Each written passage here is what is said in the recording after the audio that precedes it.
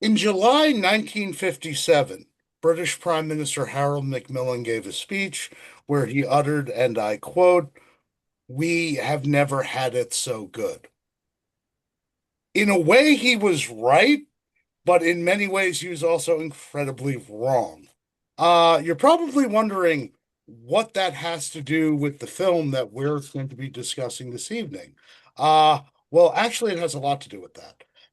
Anyway, I am Matt, Professor Matt, as they call me on the other podcast, and this is Don't Go On to the Moors, the podcast where we discuss British cinema, not simply for its cinematic qualities, but also as a lens to interrogate British society.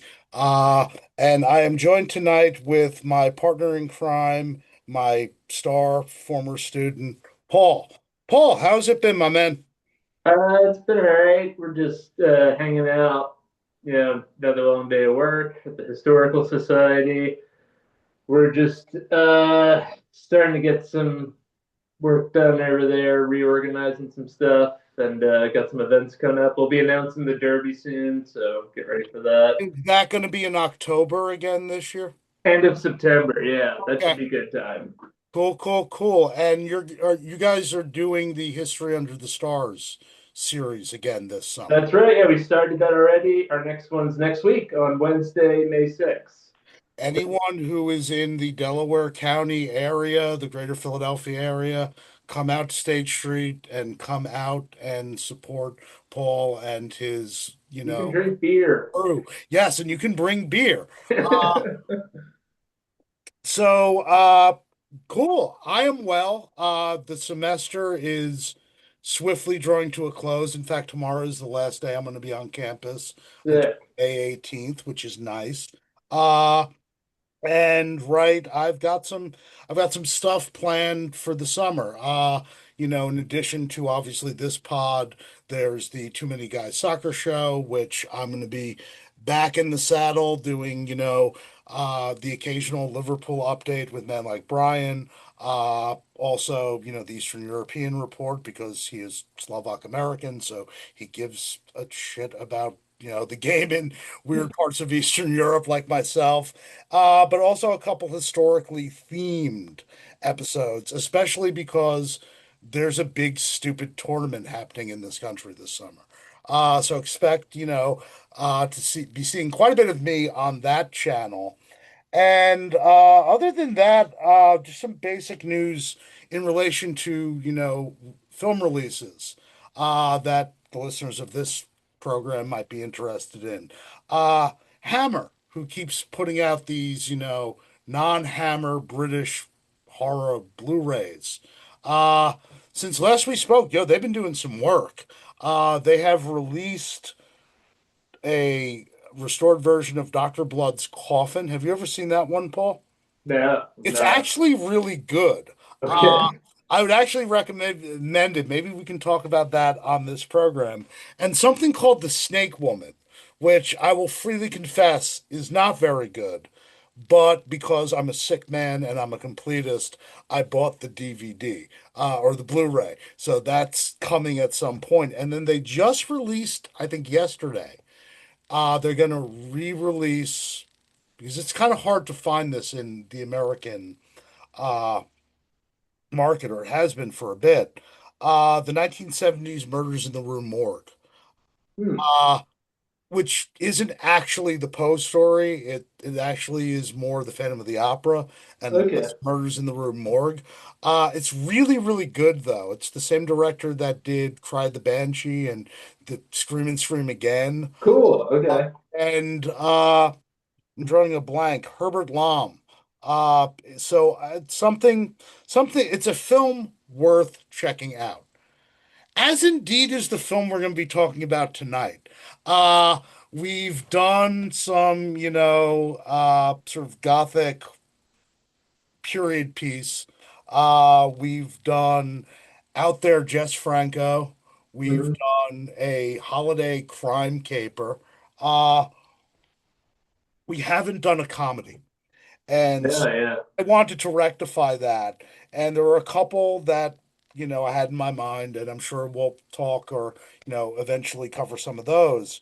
But one of my all-time favorite, not just British comedies, but comedies, period, is this little film from 1959, I'm All Right, Jack.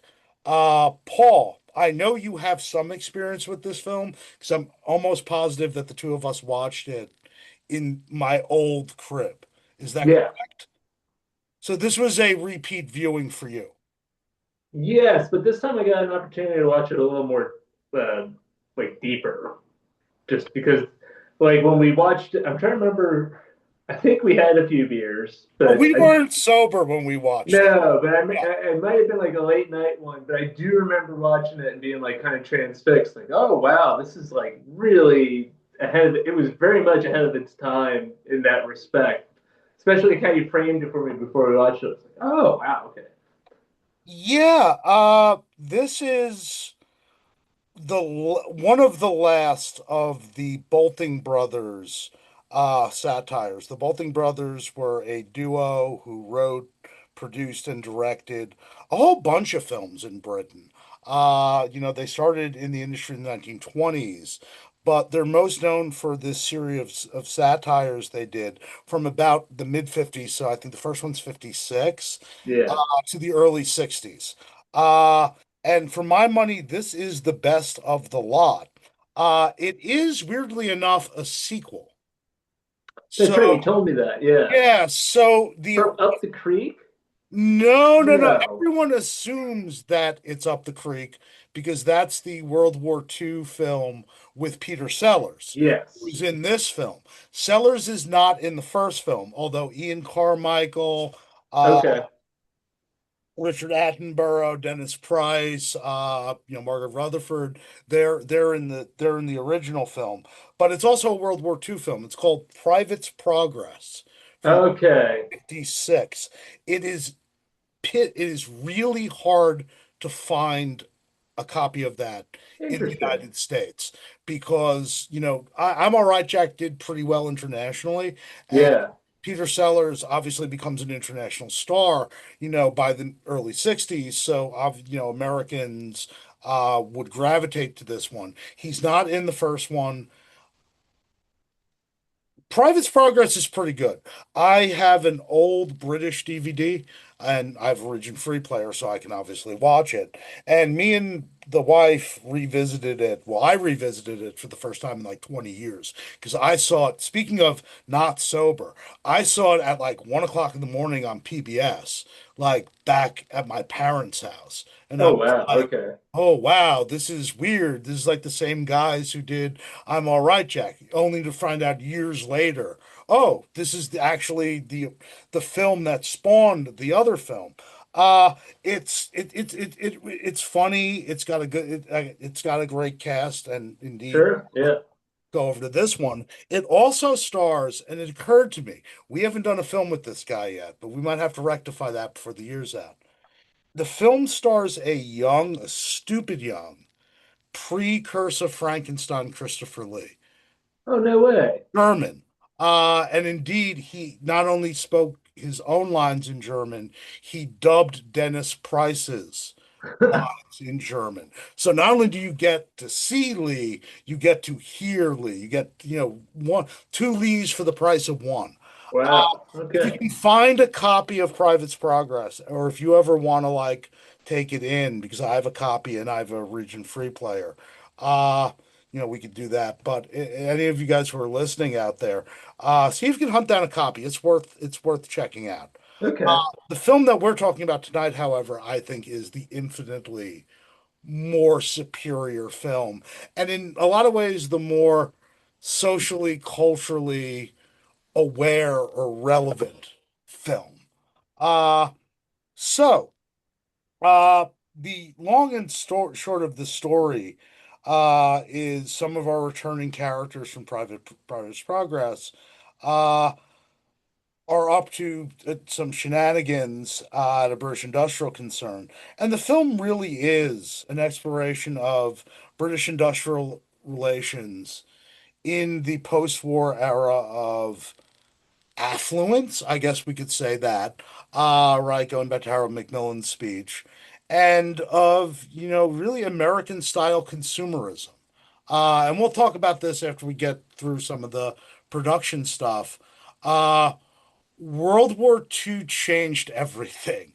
And so what we're gonna talk about we're not gonna be like John Cleese tonight. We're gonna talk about the war a lot. Uh so this is a sequel to a previous film. And right, the cast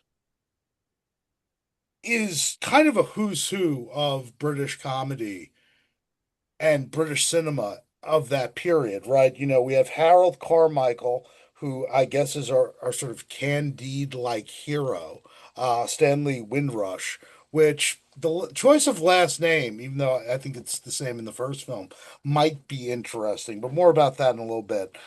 Peter Sellers as Fred Kite, the Union shop steward. My man Terry Thomas as Major Hitchcock. Uh, Richard Attenborough, before he started directing, as Stanley Dove Cox. Dennis Price, who we've already seen in a Jess Franco film the last time we were out, as Stanley's uncle, Bertram. Margaret Rutherford, Miss Marple herself, as Aunt Dolly. Have you ever seen the Miss Marple movies that were made No. written around this time? They are fucking stupid. They're really stupid. They're really British. But Okay. Margaret Rutherford is amazing in them. Oh. So just getting a chance to see her is pretty cool. Uh, Irene Hand as Fred Kite's wife, Liz Fraser as Cynthia, Fred's daughter, and then a whole plethora and I think this is one of the great things about watching a movie like this. You get to see all these British character actors that you've seen in other stuff appear. You have Miles Matheson, who was in a lot of Hammer films, as Stanley's dad, who is, I guess we can say, retired to a nudist colony at this point. Hmm. Uh, right. John Lesemire, Victor Madden, John Van Essen, who's in the original Hammer Dracula as Jonathan Harker. Oh, okay. Yeah, that's Mar right. Marnay Maitland, who was, when British films needed a brown guy, he was who you called as Mr. Muhammad, and he's also in a bunch of Hammer films, including one of my favorites, The Reptile. Richard Huntley, Kenneth Griffin, like the cast is beyond excellent. Uh, but I think what makes this film so sweet, and I know, Paul, you're going to have some things to say about this, is that the Baldwin brothers were able to secure the services of Peter Sellers. Uh, is he the best part of this film? I don't know, maybe. Uh, he was not yet an international star. Doctor Strangelove, Hmm. Pink Panther are still a couple years out there. Yep. I think this is actually, what is it, a year or two before he did The Mouse That Roared? I think yeah, a year before. I think it was 1960, right? Yeah, so like that was the film that kind of introduced him to American audiences. Uh, Yeah, definitely. I but would in say that would be it. but in Great Britain already by 1959, he is a household name Yeah, so very much so. because he was part of something which I think from a purely cultural perspective was one of the five most important cultural phenomenons or cultural products to come out of 20th century Britain. And what am Yeah, I talking about, Paul? the Goon Show. Of course. Uh, Yeah, yeah. and I maybe want to save this until we start talking a little bit about the themes. I think maybe it's because of Sellers' participation, maybe it's just the film itself. I think the sort of spirit of the goons, not necessarily the form, right? This film is not nearly as chaotic or anarchic. The world would have to wait until Monty Python for that. Yeah. Uh, but the sort of spirit of the goons is kind of in here. Uh, Yes, I would agree. because the goons, if World War II does not happen, you do not have the Goon Show. You do not have Monty Python, and you do not have satire as I know it. So let's actually just, do you want to say a couple things about the cast or the crew before we sort of jump? Yeah, actually, so I really like this movie. I thought it was very interesting. It was really funny. It definitely was a very dry kind of kind of humor where there's a lot of like double entendres or things where it was like very what's the kind of like play of words sort of thing where it was like you kind of had to like pay attention to like oh okay. But for me the cast and crew was great. I thought Peter Sellers was like he's it really kind of reveals the range he has in characters where him playing this kind of almost cowardly, very self-conscious but very self-righteous at the same time. Union shop steward leader who's very he speaks in a very muted, very kind of what's the word? I'm kind of like very capped kind of way where he's just like, Yes. oh yeah, exactly. I thought it was great, and it was just a really interesting choice of like how he presented that character. But the guy that really blew me away that made an appearance in this film was Malcolm Muggeridge. Yes. Malcolm, that I screamed, but I was like, oh, it's Malcolm Muggeridge, and Yes. it made sense because I know Malcolm Muggeridge.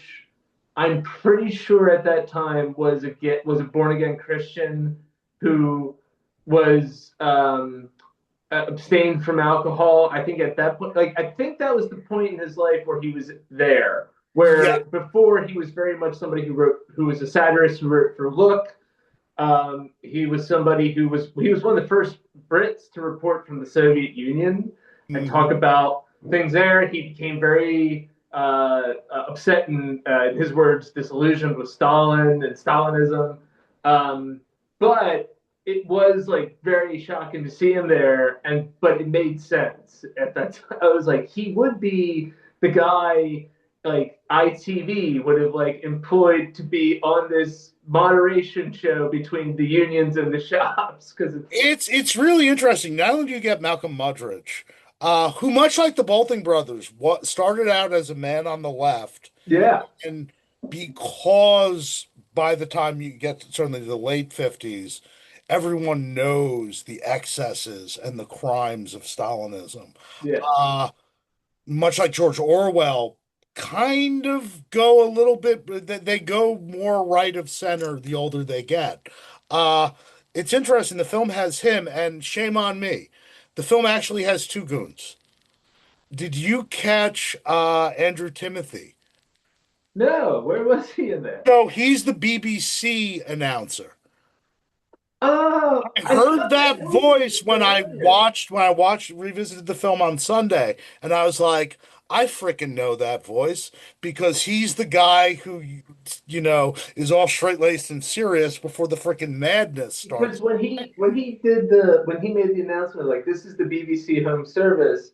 I was like, my first instinct was like, did they get someone actually from that guy from the BBC? And They now that you did. said it, I'm like, no, They that's the voice I That is recognize the freaking guy. more That is Andrew than Timothy. the actual home service. Yeah. So the film like you said at the opening, it is very ahead of its time, and Yeah, even in a weird sort of postmodern way because it's like we're this is a film that talks about mass media and the role of mass media in society, and we're going to get these actual bona fide commentators uh to be in this film. Uh so yeah, the film it's not just Peter Sellers, it has two goons. Uh so let's let's get started. The film begins with an old ass man who's in fact Peter Sellers yes, being woken up by his butler because it's VE Day and Germany has surrendered. And this old ass man, this Victorian upper class man leaves his room, and as the narrator says, he's going out. literally and figuratively, because the world of that old man, the world of the Britain before not just World War II, because World War One, which was really, World War Two was World War One part deuce. World War One changed a lot, but Britain, like a lot of the world, was in denial. Uh, World War Two changes everything. And right, you can see this because you get this old establishment figure walking out the door. Yes. You see Churchill, which I think is kind of hysterical because 2 months later he's out of a job. Uh, More about that in a second. And then you see this working class British Tommy, played by Victor Madden, with a pint of ale in one hand Yep. and pff, in the other. That, ladies and gentlemen, is the shift. That is the new Britain being born. Uh, World War II, in a very real way, did change everything. Uh, Two things happened. Well, actually, three things. The first actually occurs during the war. In November 1942, you get the Brevin-Rich Report issued by the British government, which is a plan for what post-war Britain's going to look like. And it effectively says everything we have been doing up until the war is fucking wrong. And if, we want to preserve democracy in a post-war world, we need national health care. We need,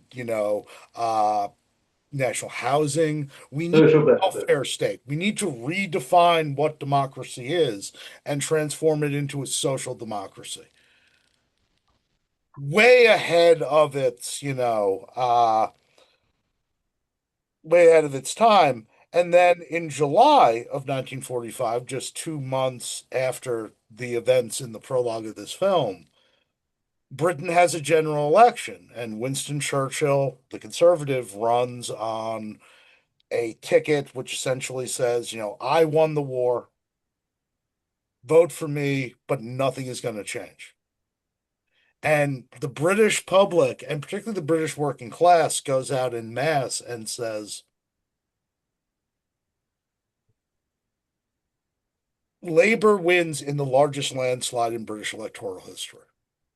And you get this post-war Britain of the welfare state, but also too because we always have to remember Britain rationing did not end in Britain until the mid 40s. Uh right, the post immediate post-war period was not a period of plenty.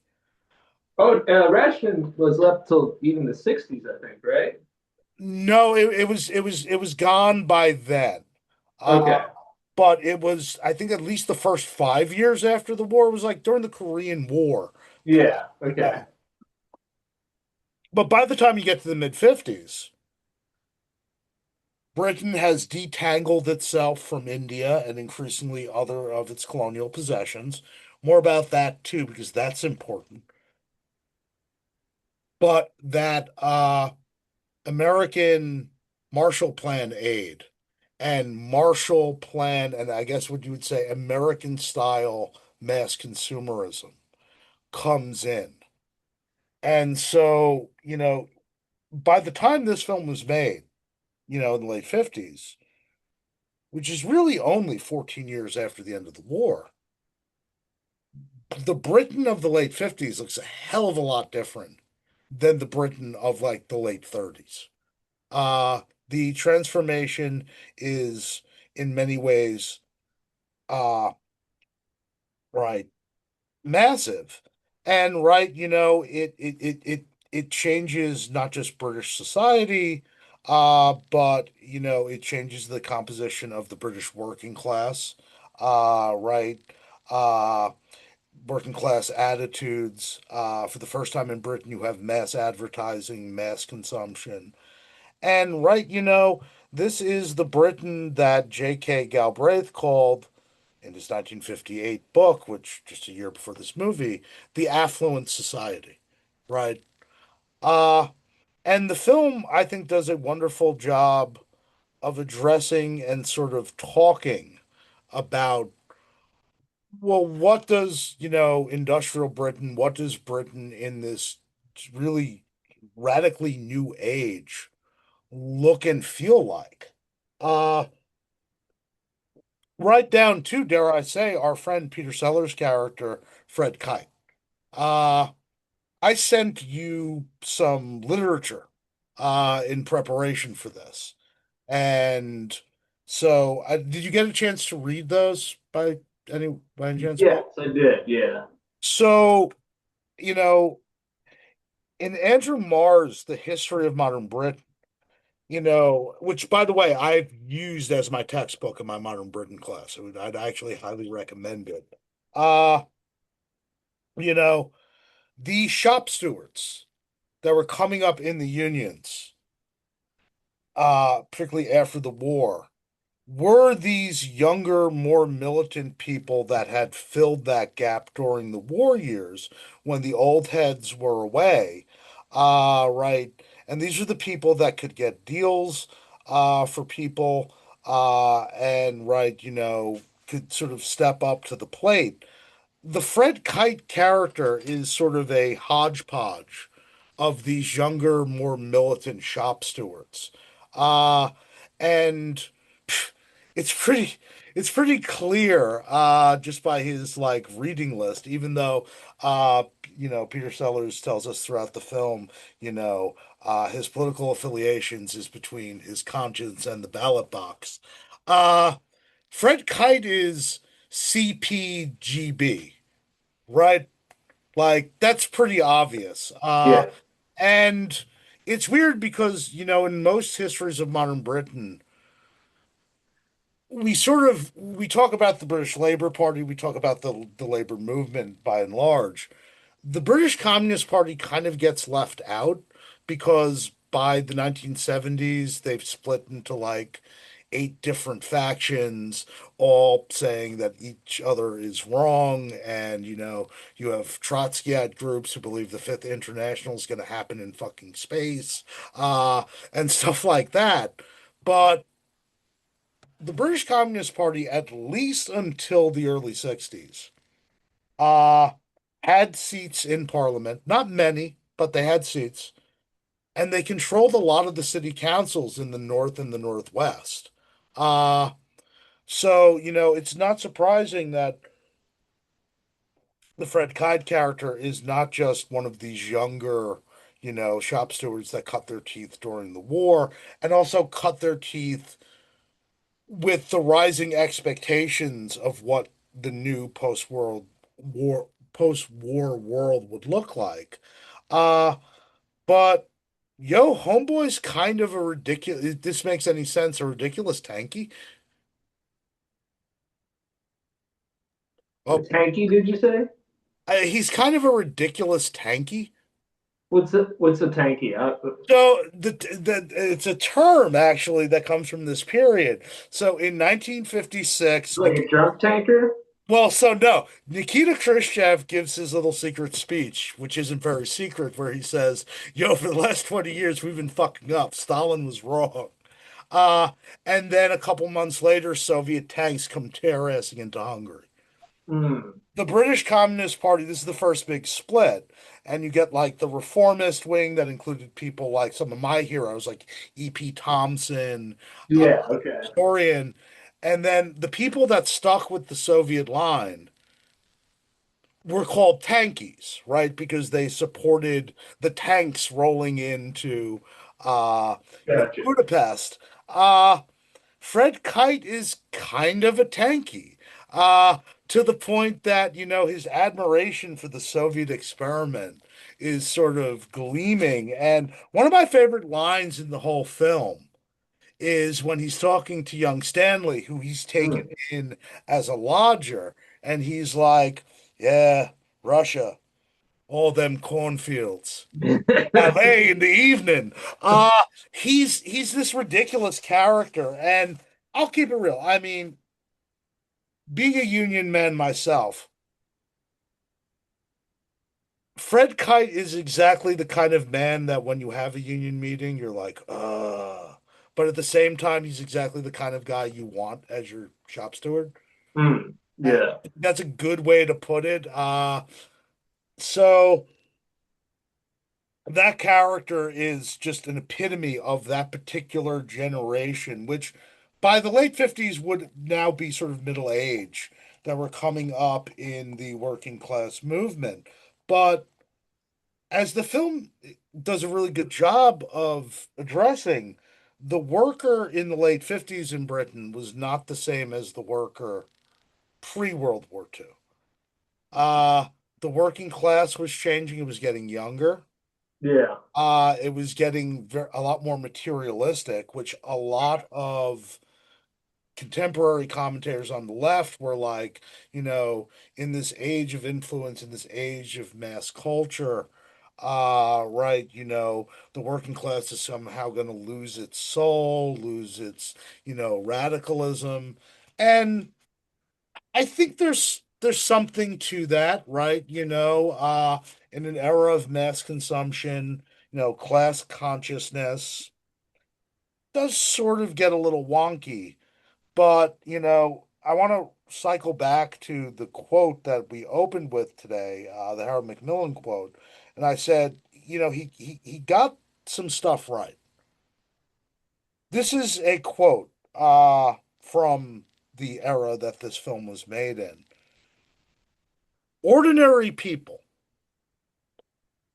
like to be materially well off, and any normal socialist will wholeheartedly rejoice at the spread of material affluence on grounds of personal freedom, some living standards widened the area of choice and opportunity, on grounds of social justice, which surely requires that the masses should now also be admitted into the world of material ease.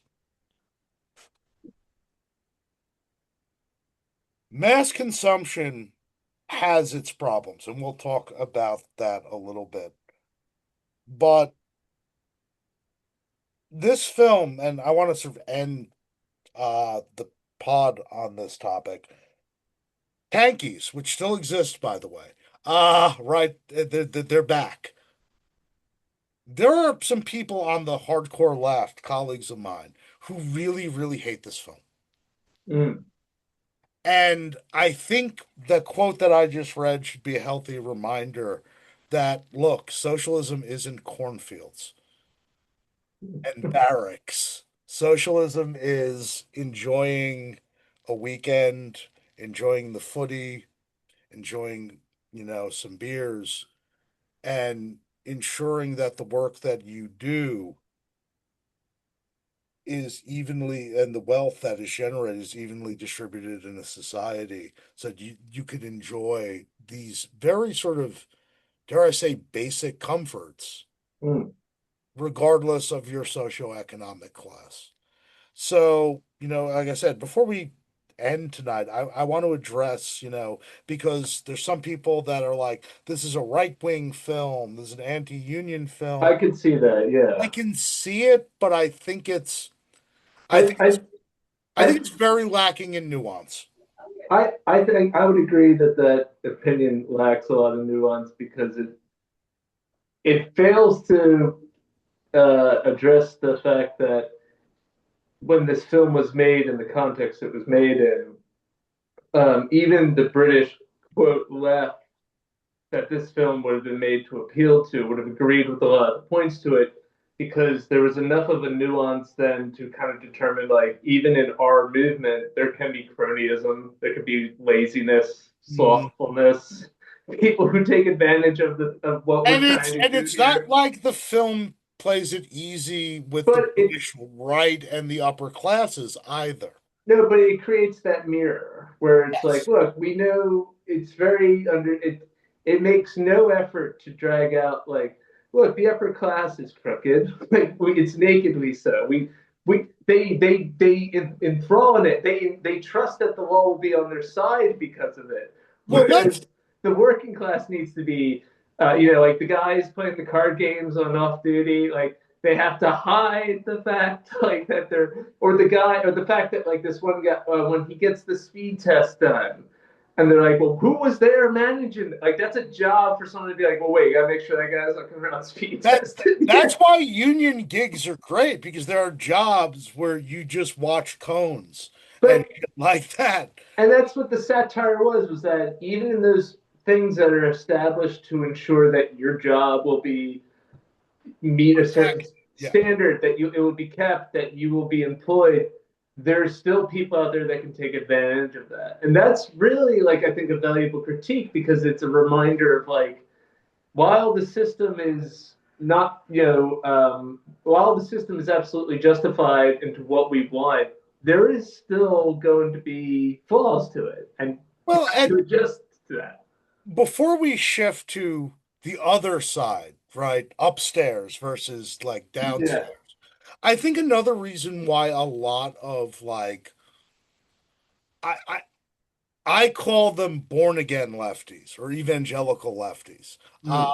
because they're just the Taliban, but with like Mao's Red Book, and some talking points.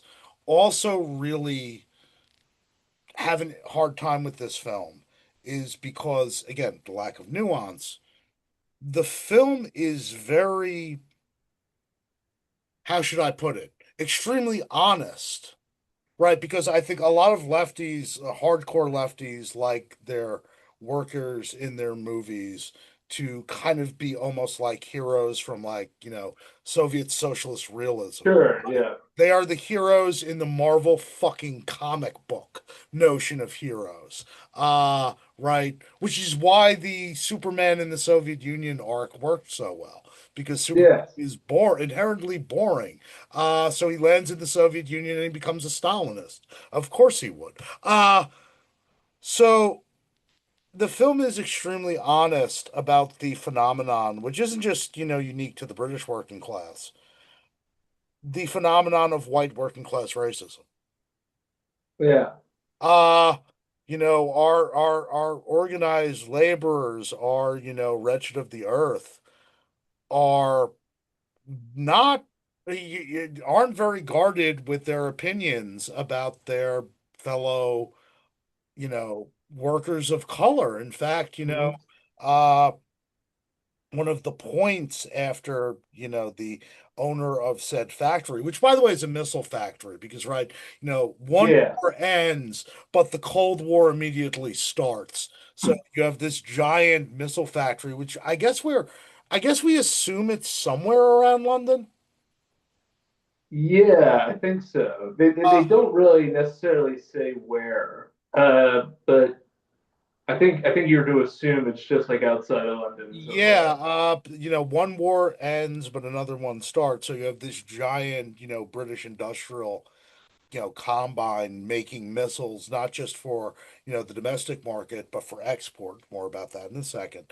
Uh, but yeah, when the owner of the factory, Stanley's uncle, gives a speech, which is designed to, you know, get the time and management study guy there to time his Yeah, overzealous nephew, but also to rile up the workers and, make sure that they're at a, committee meeting. One of the points that was mentioned, because in the speech he says something to the whole of, hold on,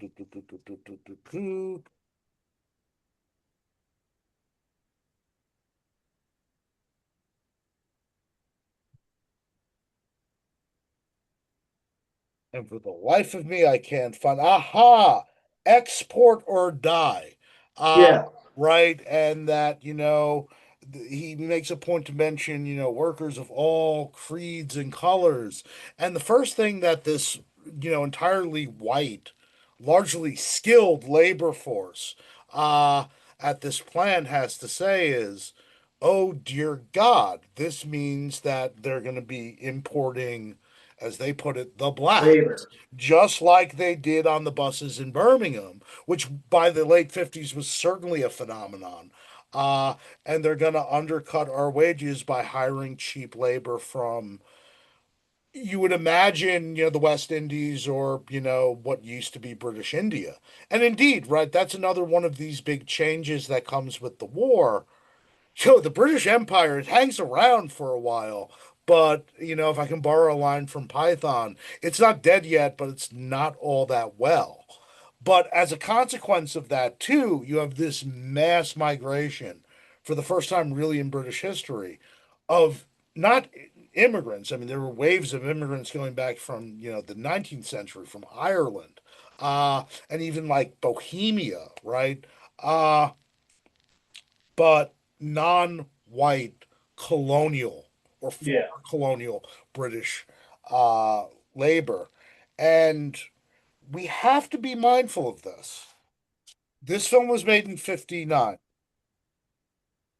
Just about 10 years later, a certain guy is going to give a speech about rivers of blood. Uh, Enoch Powell. Yeah.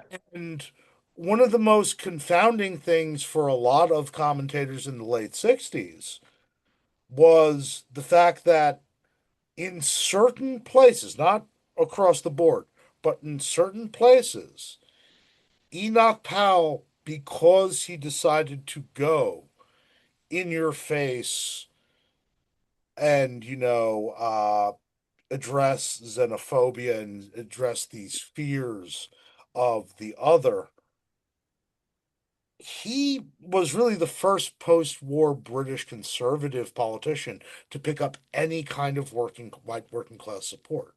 And it was exactly these kinds of feelings among Yeah. exactly these kinds of workers that fed into that phenomenon, which, by the way, Margaret Thatcher then stole from him. Right. Oh, entirely. She Yeah. didn't come up with the racism. She just ganked Enoch Powell's and she didn't use the N word. She just used other words. So Yes, I think absolutely. that's another reason why there are certain people on the left where it's like, oh, this is an anti-worker film. And it's like, who are the workers that you know, mate? Uh, Well, Enoch Powell also did that sort of thing where he would like pay working class, like namely children and mostly young boys, to like go around and leaflet neighborhoods and sometimes cause destruction. That people would then be able to say, "Oh, well, it was the foreigners," or yeah, this sort of hooliganism that was really spurning on a lot of these like or inciting racial hatred within communities.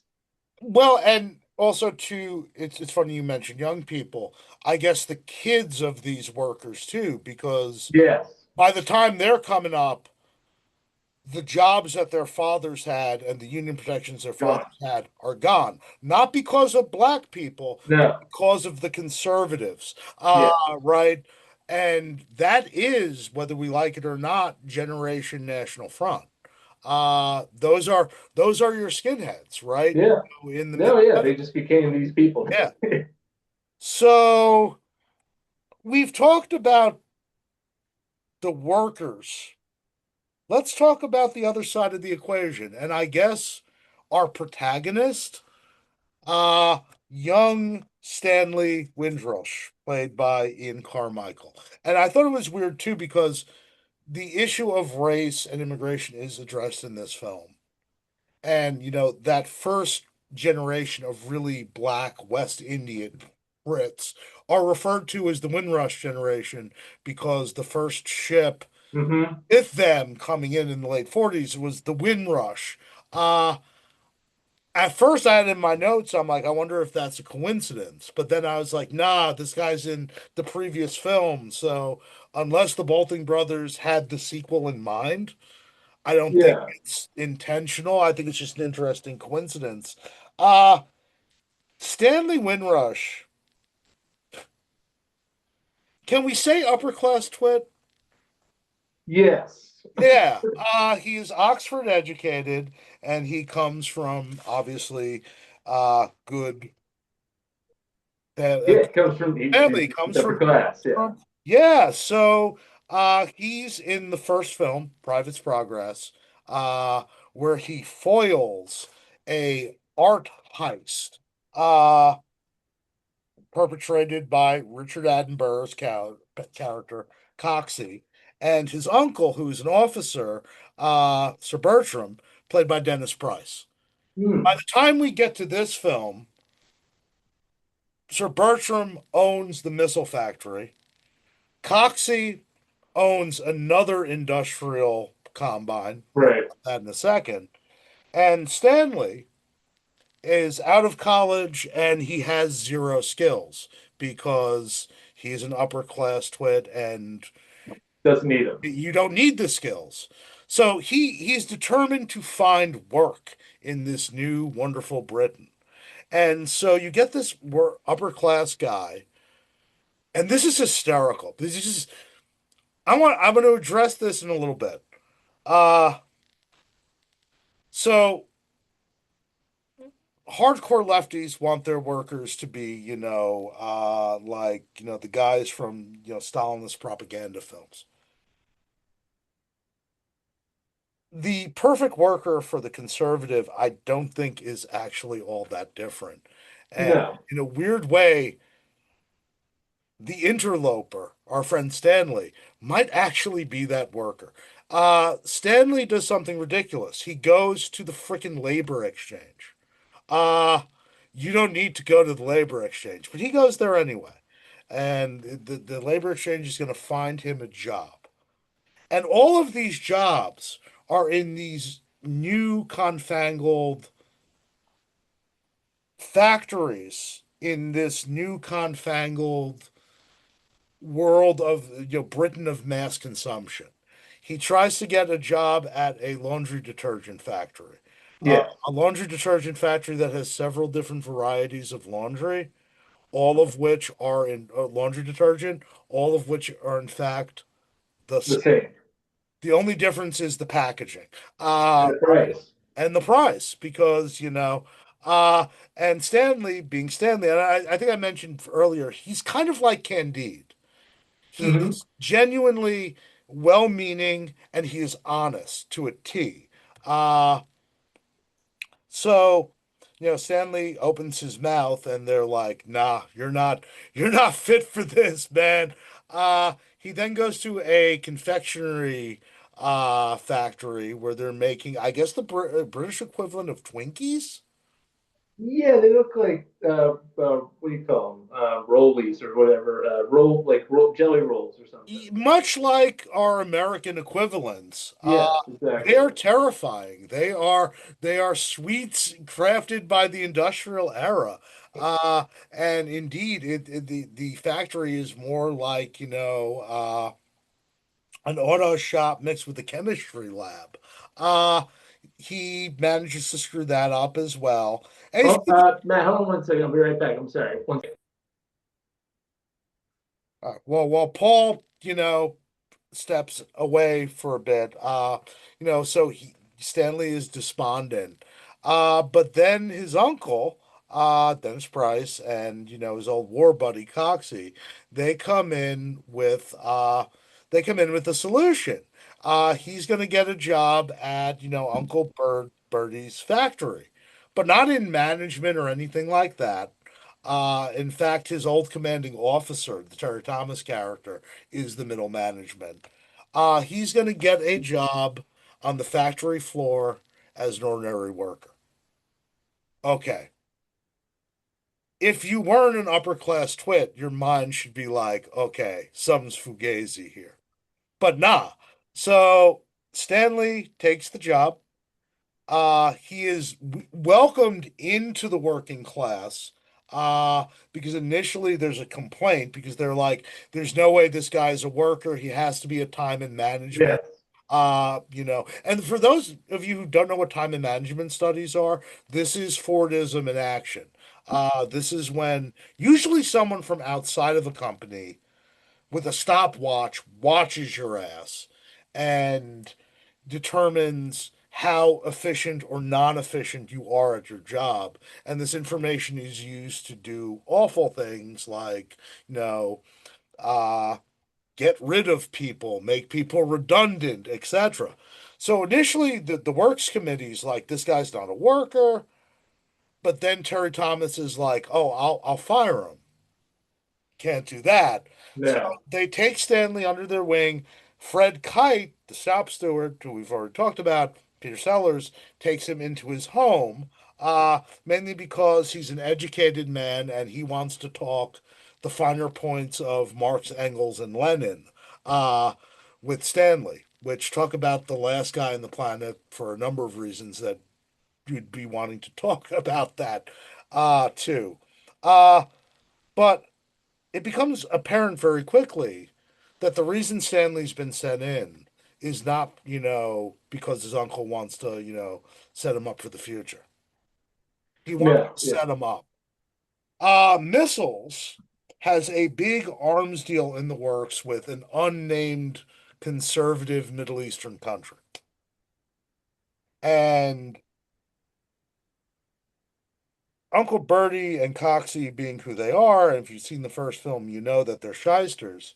Uh, they want to use Stanley and the Union to foment a strike to torpedo the original move to then get the contract moved to a different factory owned by Uncle Bertram's colleague Coxey. And the two of them and a kind of shady character, Mr. Muhammad, would kind of split the difference for the new contract. So the game here is to actually create a strike. And boy, did they pick the right guy to do it. Uh, Not only does, Stanley do work unsupervised in front of said time and management survey guy. Uh, and in fact, there's a line in the film. If he was in the Soviet Union, he'd be a hero. He goes like all Stakhanovite settings and, does entirely too much work, which of course sets off the strike as intended. But this is where things get all kinds of wonky. Uh, because we've talked about, how the British working class is changing, how you have mass consumption. This is also, and we kind of hint at it already because of some of our cameos, this is also the Britain of mass media. Hmm. And things kind of go all out of loop because the deal with missiles does in fact get you know reneged upon, and the contract goes to the other company, but then the workers at that plant go out on sympathy strike. And Stanley, who's literally set up as kind of initially this tool, this catalyst to start this strike, becomes this weird screwed up Thatcherite before Thatcherism folk hero. Is that Yeah, a good way to put it? uh And this is what I was saying before. So, like, he creates the strike, and the media, interview him, and they're like, "Wait a minute, you were shunned by your fellow workers because you were doing your job quicker and more efficient." He breaks the picket line, right? It's like he's getting paid. You should, the union is preventing you from getting paid, which is exactly a right-wing nut yeah, talking point. Uh, the mass media is brought in by his uncle to, yeah, fuel the fire. But it ultimately backfires because now this strike at this one factory becomes a national issue. And Stanley becomes this weird, like I said, sort of like folk hero to like the British middle and upper classes. He's like the plucky, patriotic worker that's doing the right thing. And he'll break the picket line, and he's like overly efficient. And I have down here in my notes, uh, right, excuse me. Yeah, right. Stanley is in a warped way a Tory's wet dream of the working class. He is efficient, socially unconscious. He is a gentleman. He is patriotic, and that is their perfect worker. Oh, and there's Mhm. one other thing too. He's an idiot. And you see that, and this is what I mean, like if you're on the left and you can't see the nuance here, then this whole thing has gone over your head. Mhm. Because this is totally satirizing the right's conception of, what workers should be. And indeed, I don't know, did you see it's the scene towards the end of the film when he's staying at his aunt's house? He's been thrown out of Fred Kite's house. Yeah. And uh there's like, reporters and like all of these people outside. He's getting these good, Yes. Yeah. It's like the protesters.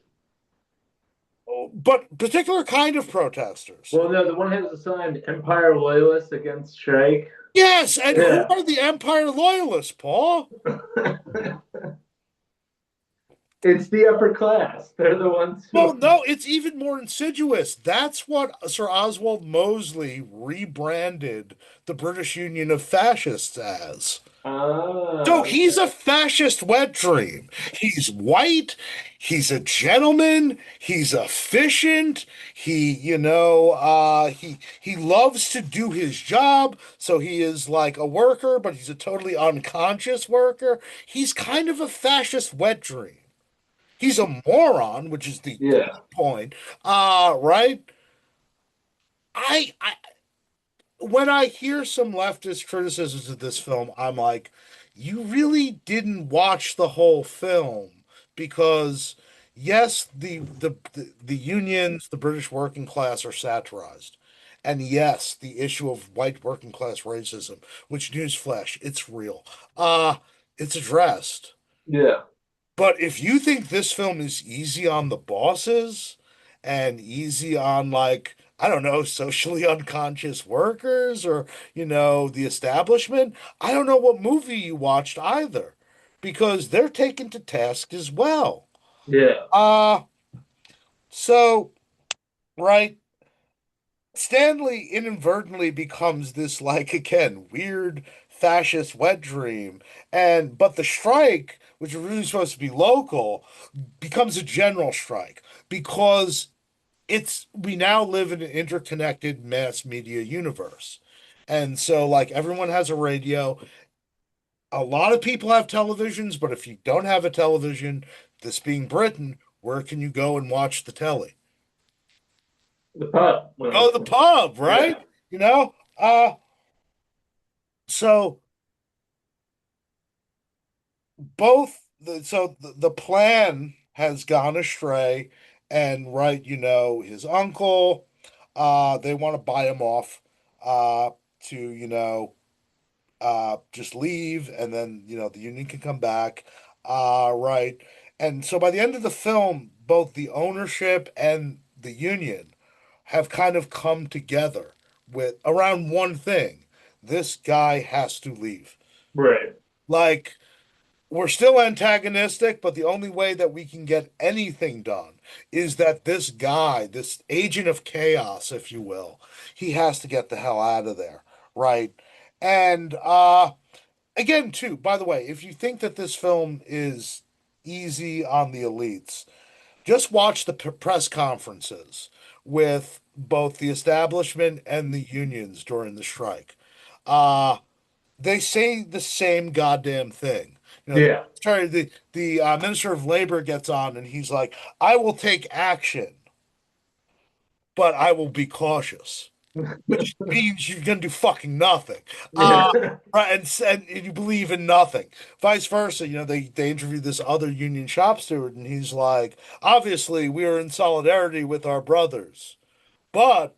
Because every union is separate, that doesn't necessarily mean that we're going on strike because we'd rather sit the fence to the point that we have fucking splinters in our ass. Uh, so it's funny. Everything comes to a head, mass media, on a BBC chat program. Yeah.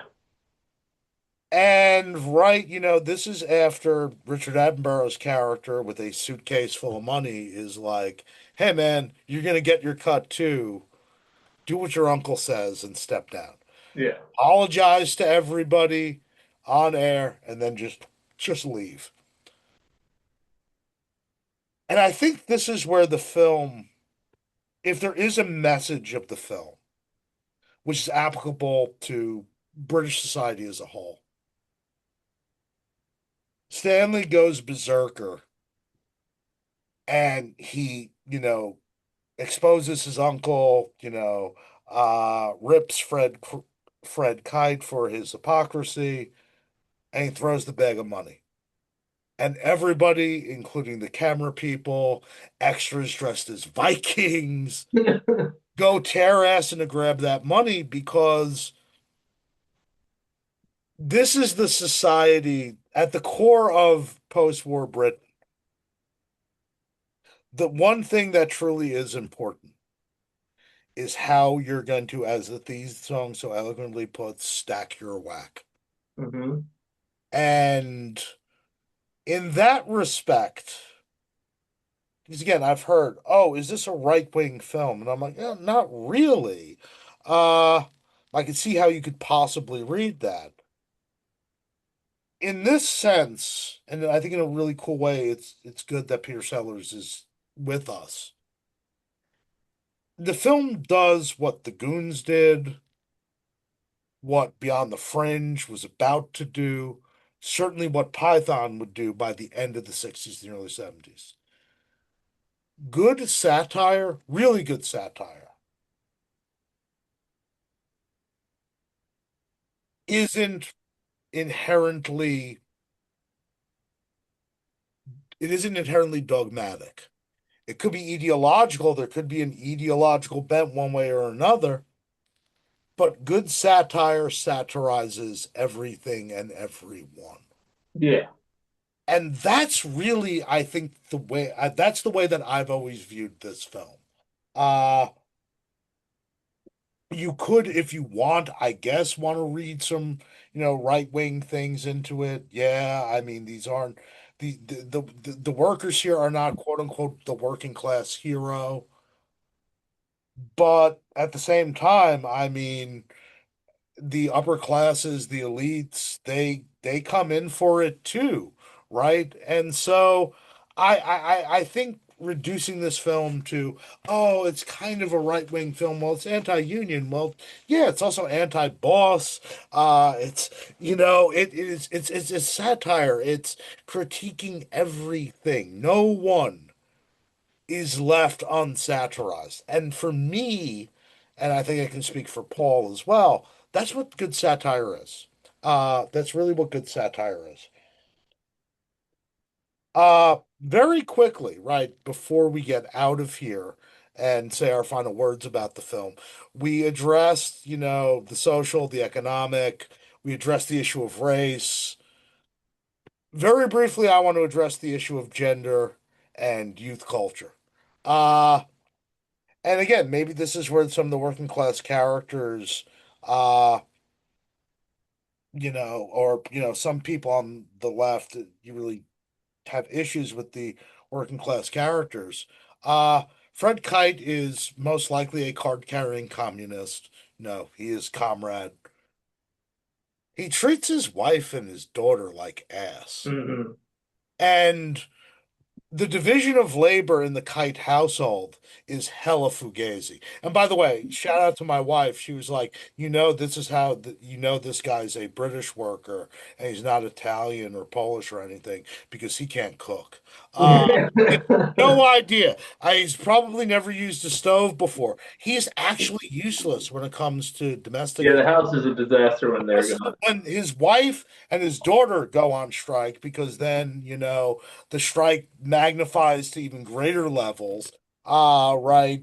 Uh, he's for all of his militant pro-worker stance, and it should be obvious because the composition of the workforce at Missiles is almost entirely male. Oh man, yep. And the working class female characters, are treated by their male comrades not all that much better than management treats the worker themselves. Yeah. And the film does a really, really good job of pointing that out to the point that in the end of the film, after the agent of chaos, Stanley, has been quite literally tasered, you know, the sign of everything is back to normal is Peter Sellers' character telling his wife and the daughter, "You two shut up." It's it's back to old settings. Yeah. The patriarchy is real. Deal with it. Uh Peter Sellers' daughter is a very interesting character, I think. Uh she is the epitome of that sort of younger, still very much working class. In fact, she has a job at the factory. Uh, the younger sort of working class that is coming and growing up and were born after the war, or Hmm. just as the war was ending, who, unlike their fathers, who grew up in the 30s and lived through the war, and were more militant, more class conscious, way more pro-Soviet, right? Because in the 30s, Joseph Stalin was like the coolest thing since sliced bread. Even after the war itself. Now, going back to, we kind of write the British Communist Party out of the history of modern Britain. Yo, go to frickin' Liverpool, man, and talk to like the old heads in the pub because they'll tell you like Stalin scored the winning goal in the FA Cup in like 1951 for Liverpool. I swear to God, like, the old comrades, it's different. Uh, but the younger working class, they don't really care much about class struggle. Hmm. They care a lot about pop stars, Hmm. about rock and roll, which is Yep. starting to take hold in Britain at this time, and Yeah. all being our, musician slash music historian, all things cool. Do you want to say some words about that? Because Well, it's like Rockin' on the Line was just already kicking off at this point, like in 57, 58. That was like, what's his name? Lonnie Logan. And then Cliff Richards was just starting to become a thing in yes, 59. And then so like you're really about 2 or 3 years out from early Beatle days. But at this point, you still are, you're starting to come up to like getting post Cliff Richards into like Tommy Steele and that sort of thing. So we're still very much in this period where British rock and roll is attempting to copy American rock and roll and trying to implement a rock and roll where it's like, here's the star, the single guy that's out there with a guitar. well, Um, and it's funny you said that too because the theme song is actually by Al Saxton is 100% what you just said. And yeah, stylistically, it sounds like British guys plagiarizing the American rock music of and copying the sort of sound of the American rock music of that time. I would also argue too it has a lot more. It has a lot more of a Britishness to it. Like it's not bluesy like how you would have a That's rockabilly thing. It's way more almost like musical or like what's that sort of what's that stuff? A cabaret.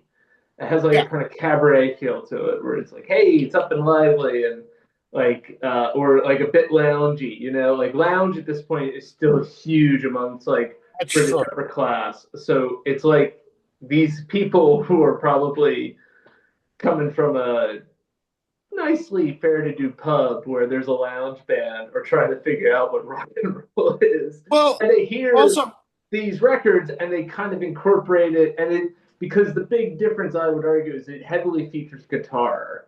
So there's great guitar leads and things like that. And so those have and it's only the guitar in those arrangements too that are really in the bluesy vein. Everything else is like, all right, like and there's you say a more well-to-do pub. This is the era of again, sort of semi-affluence, like Hmm. all of these things, which just a generation earlier were sort of the, exclusively, Out of reach.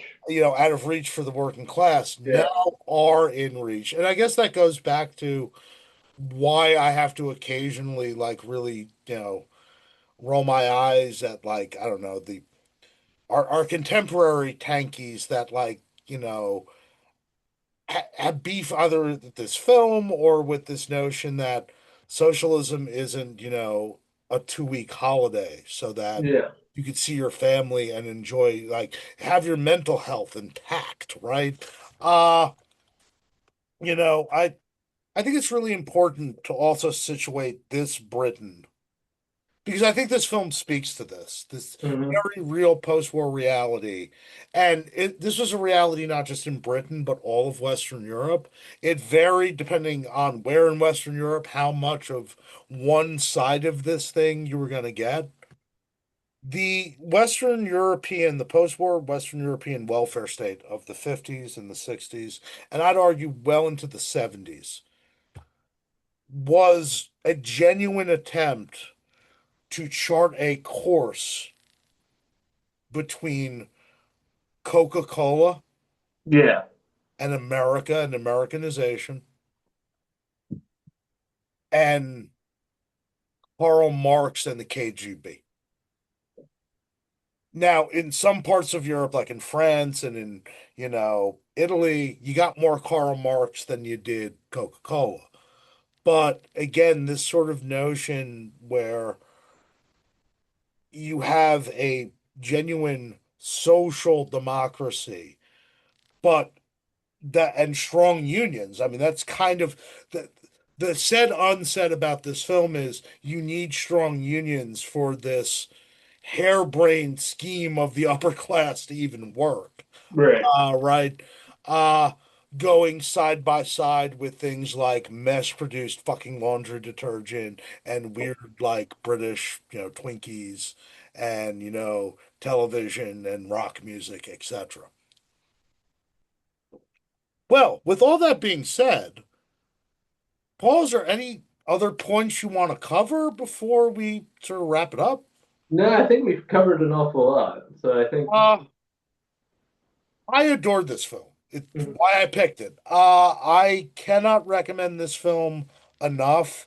It is probably the best of those British sort of satires of the late 50s, and it's a wonderful gateway drug. If you enjoy this film, go and check out some of the other stuff that Peter Sellers did in Britain at this time, right? Because when we think of Sellers, we think of the Pink Panther, we think of Strangelove, we think the stuff that when he was an international star. He did a lot of films before then, some of which are good, some of which aren't very good, but they're all rather interesting. So I cannot recommend this film enough. And like I said, it does satire right because it satirizes and questions everything. Hmm. Paul, your thoughts?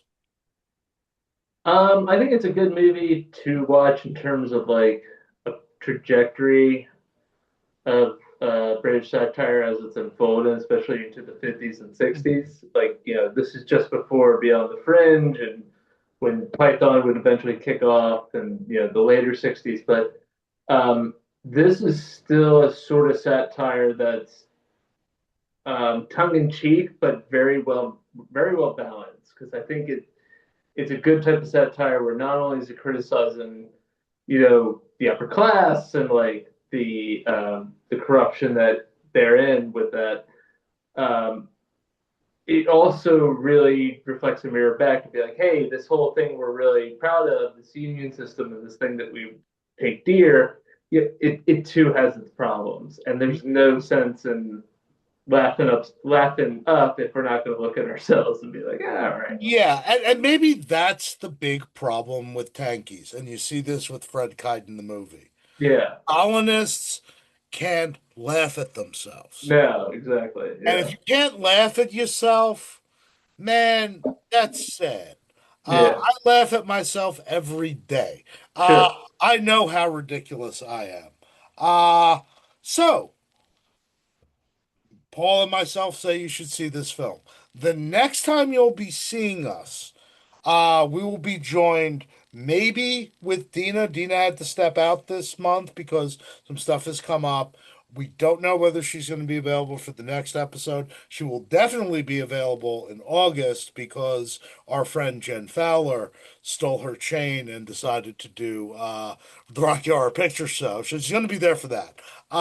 Which will be good because we'll have two women in the house, which will balance out our male voices and, our implicit bias and patriarchy Sure. and all that stuff. Uh, but it might be a full-on sausage fest in June. So we're going back to Gothic land next time, ladies and gentlemen. And we're talking about Hammer's 1972 Vampire Circus with my dear friend, comrade, and all around just good dude, Troy Gwynn from the Nashi cast. So I'm really looking forward to that. Paul, have you ever seen Vampire Circus? No, I don't think so. I'm excited to check it out though. Okay, so Vampire Circus in June with Troy, Rocky Horror Picture Show, Yep. Jen Fowler, and definitely Dina. Maybe Dina will be here in June. We're not sure yet. Uh, and then certainly, ideally by June, we will know the schedule for the rest of the year. Well, Okay. anyway, friends, actually, it just dawned on me that we covered a film that deals with class and, union politics. Uh, this is, as we are recording, practically the eve of May Day. Oh yeah, that's right. Everyone have a wonderful International Working Persons Day, the OG Labor Day, which actually is American, but we are America, so we have to be different. Uh, and a very blessed holiday for all of you like pagan folk out there. In Oh fact, me yeah. and my wife, because I'm going to be off. We're going to be doing a folk horror triple feature. We're going to start with the Witchfinder General and work our way up through the Wicker Man. So Nice. have a wonderful, workers of the world unite and light Edward Woodward on fire, uh, sacrificially. Anyway, gang, this is Professor Matt. This is my man Paul. There you go. Cheers. We'll see you the next time here on Don't Go On to the Moors.